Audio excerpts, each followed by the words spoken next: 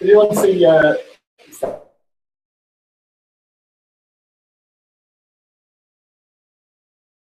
beautiful picture to explain that I think they're united.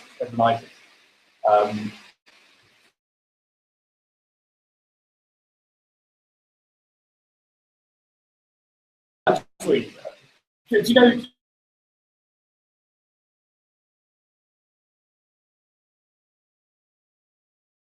I think better and more beautiful. Today I'm going to talk about something which should be a lot easier to understand. I'm going to talk about a collection of libraries I've been working on for several years now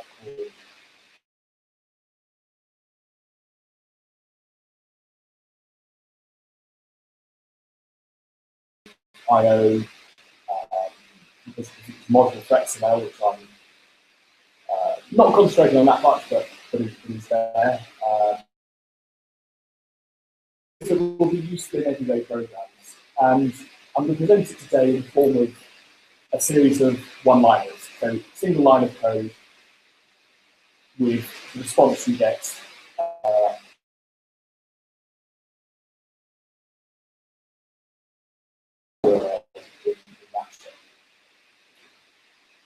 This is like a very, very tiny mini DSL.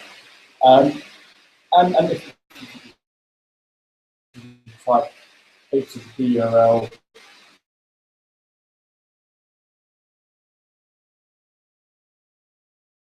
these one-liners, and hopefully they will be quite intuitive to understand. And a good idea is what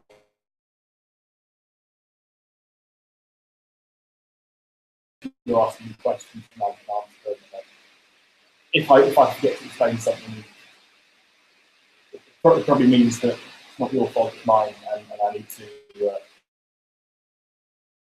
Also, how long has most of you been using Scala? Anyone using Scala more than 5 years? Not necessarily. But for the benefit of the audience tuning in on.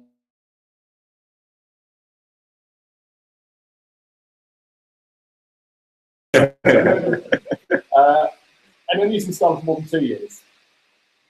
Okay, yeah. We'll cut a couple, yeah. Okay, so I'll probably show you some syntax that you maybe haven't seen before.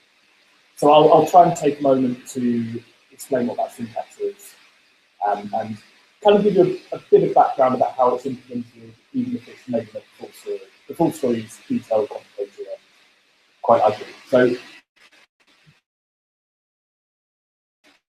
So this is how we write HTTP URL. Likewise, we can write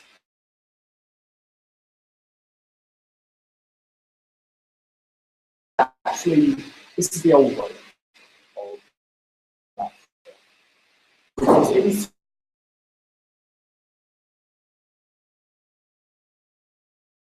you've seen spin context. You may have seen you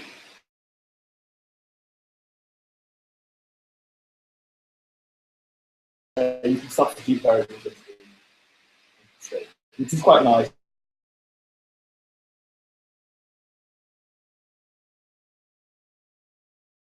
There's one called URI here.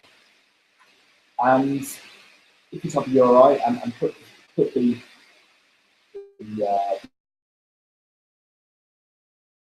parse at compile time, you set it to like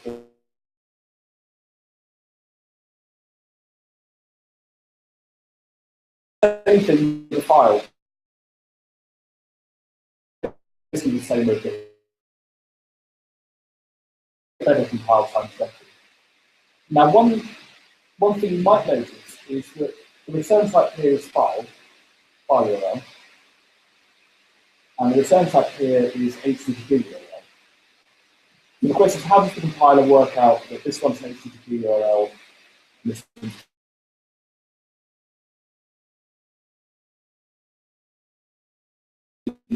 Scala? It's such a standard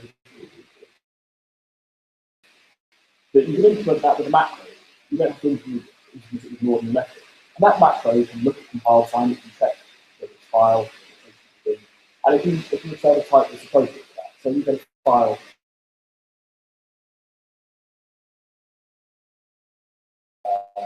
you can have your own.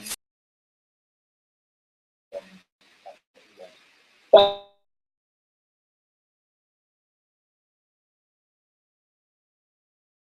generally, like so a lot of stuff I've introduced this idea of type class.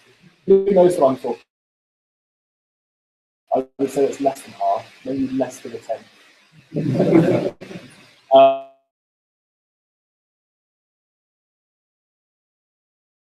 So who understands implicit? Who knows a little about the few people? So with implicits in Scala, we can general form of Haskell's type classes.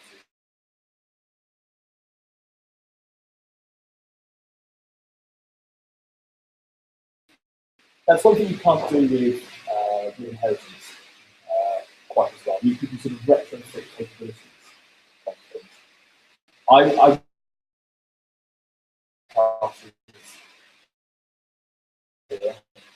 and it makes a lot of things in Rapture possible where they wouldn't be possible. So I'm going to shout out the word type class.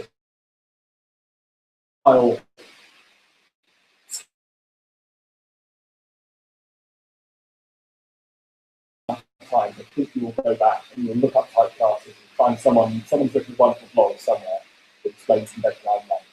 Go and read it. And, okay. If, for example, we had a URL that was in, we don't know whether it starts with // or whether it contains just some garbage. We can parse it. We can try and parse it at least, and we have to tell that. Unfortunately, we can't get a better type.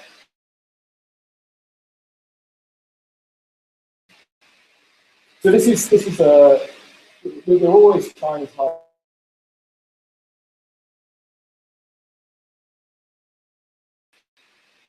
So that the code is less likely to fail at runtime. Runtime failure is bad. Compile time.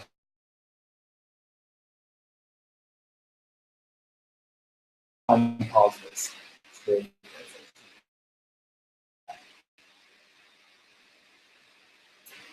So if you've got a URL, for example, we can then try and slurp that. Well, what I mean by slurp is to read that entire resource into memory as a string. Well, maybe as a string. I've actually said slurp it as bytes.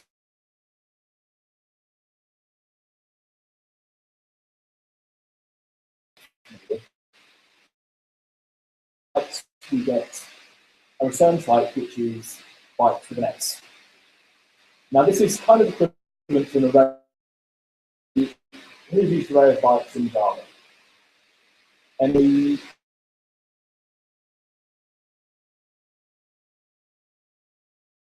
excellent, that's exactly the answer I wanted. So all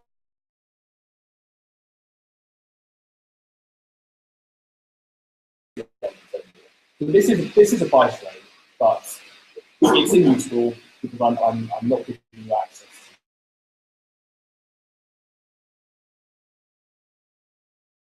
It prints out the content of the byte array hex. If you want to see that. But essentially, this is like a string, but it's a byte.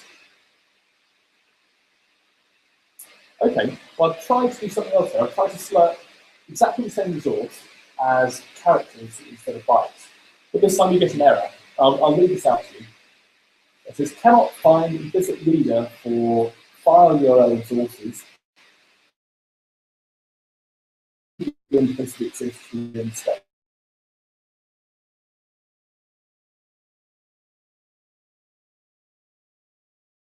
We require implicit character encoding or import encoding user effect. Well, that's maybe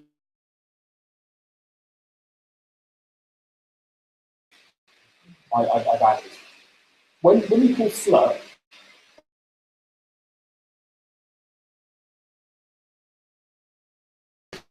type class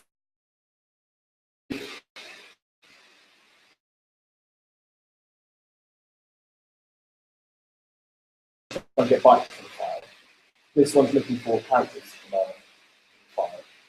And this error message occurs because that type class can't be found. It can't resolve it. It can only resolve it if you have a valid encoding. Now, the reason I've done it wrong. So, first thing I'll ask you.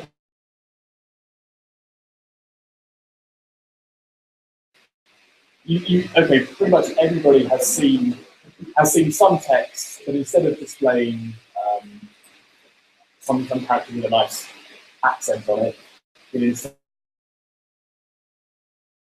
something weird. So that's what happens when you mismatch, for example, ISO 88591 and Unicode. And what Java does is, if you don't specify the encoding, Java says, well, you must want to use the system encoding. So it just picks a default.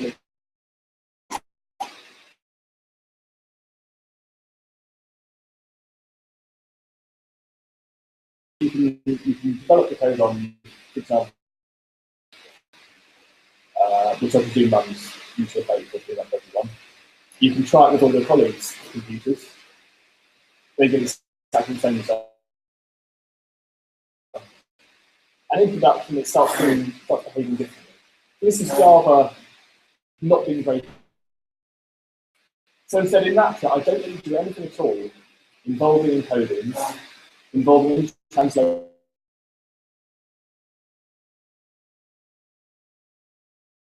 Import encodings into the base. I'm going to do exactly that. Put that import there.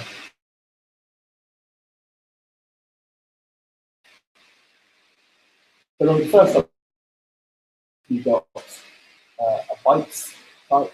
When we're selecting character, we get a string. A lot of these examples, you'll see the same method.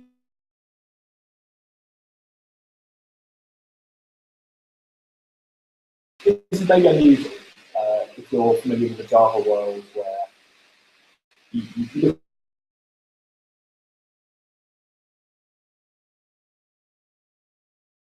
at dependent types or dependent method types.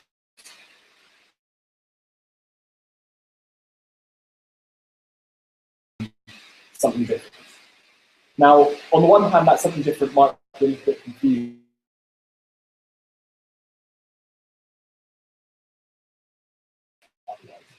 So this is, I think it's a very good thing to leave behind your expectations about methods always returning the same type. We're not being very interactive so far. So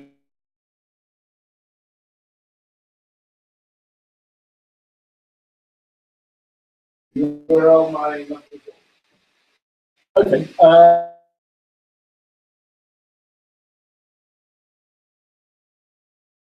I want to draw a structural type of my student. So you want to say you want to select a structural type, or something like a fish class.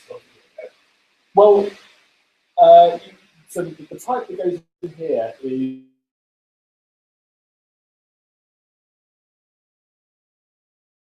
I've got type class to deal with selecting strings, which are equivalent.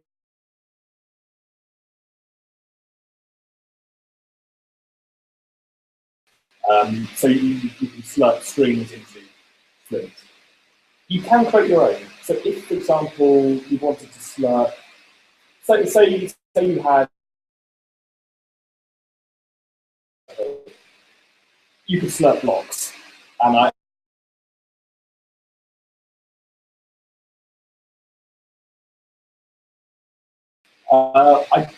don't know if you'd want to use it that way. You might want to choose different ways of doing that kind of task. The main goal was bytes and characters in the way that Java does it.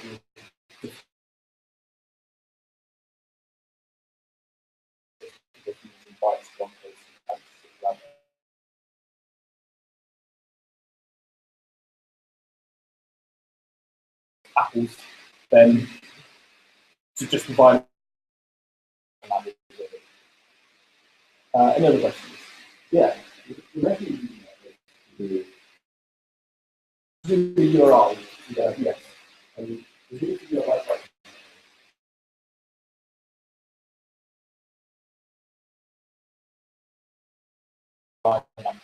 Is dependent on string finds in the first half of the string.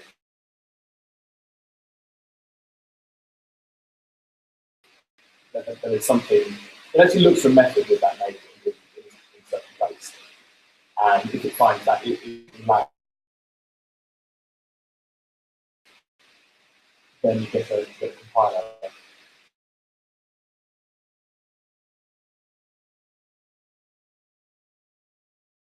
With the string, if you put that in a URI macro, it would say protocol HTTP. Okay, so we've got a string here. Now this probably looks like JSON.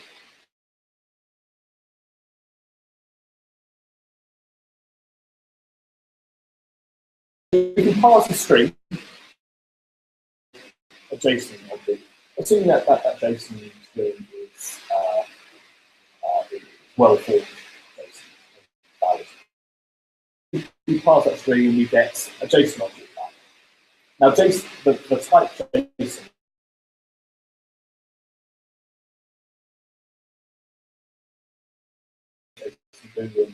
all of these things.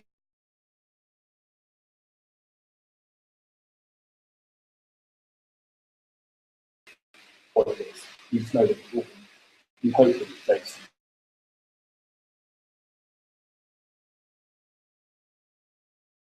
I'll tell you what to do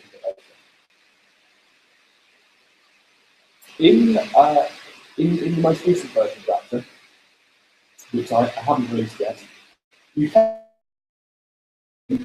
parse a URL directly. So again, this is the type class providing this functionality.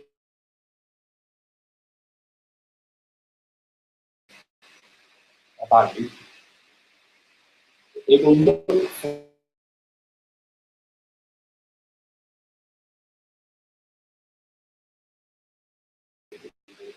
parse it and get the result back. Here I'm asking it to parse an HTTP URL and provide this type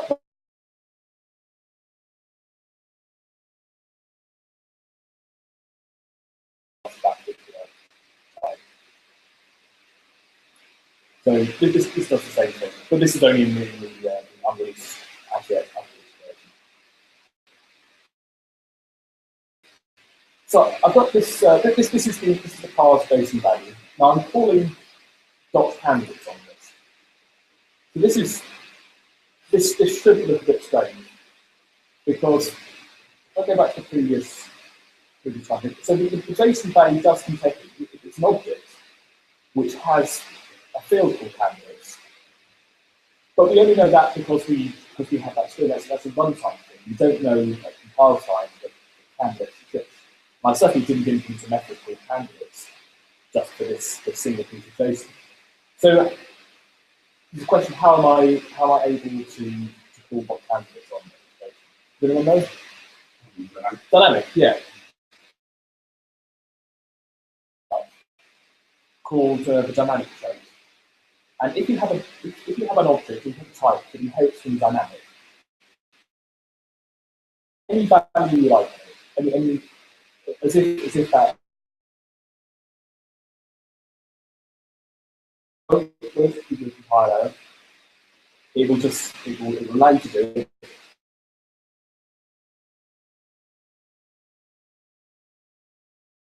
Equivalent to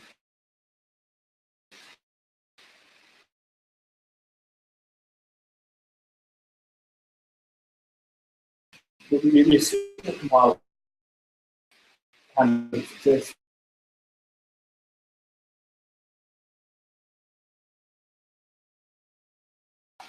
In the JSON. We've got that array now. So even though it's an array, it's still type JSON. So next set, we'll access the first element. So that's pretty straightforward, much like a list or any collection. And again, object now.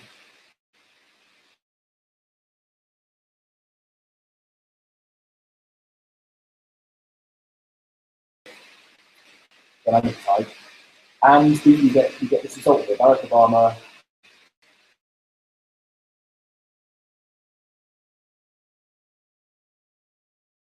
What would happen if I call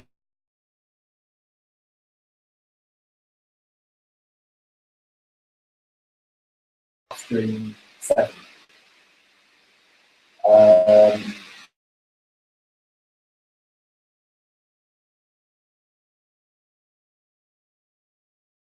No, that will try and access a key in an object or substring, and then it will try and access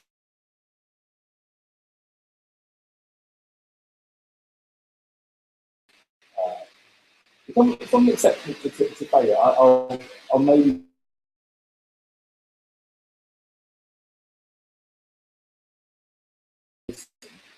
and all the things we do are very dynamic. We're still a dynamically typed JSON. We want to move from that world into the static world of Scala. So we need to say extract this as a script.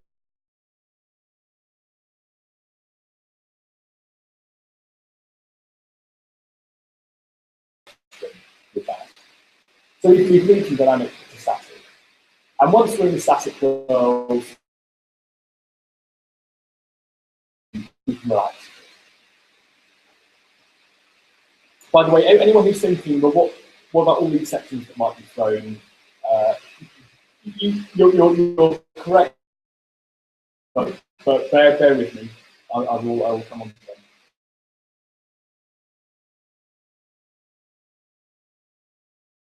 Any normal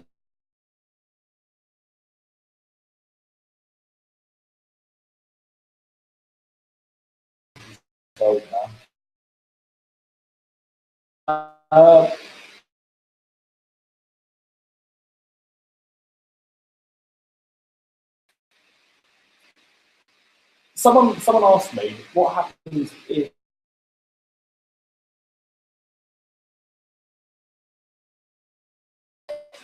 someone asked me what happens if you see some JSON and someone has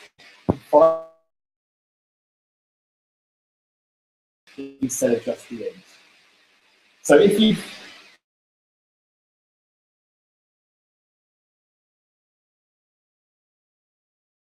and you can imagine a lot of people would be very very liberal with how strict they are with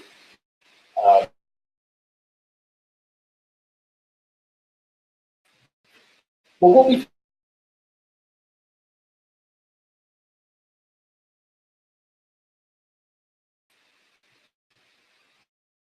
it's a single line, it's low entity. So this first bit here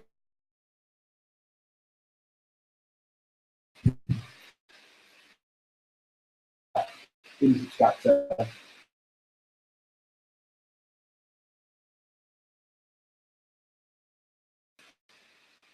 And then map across that extractor to give me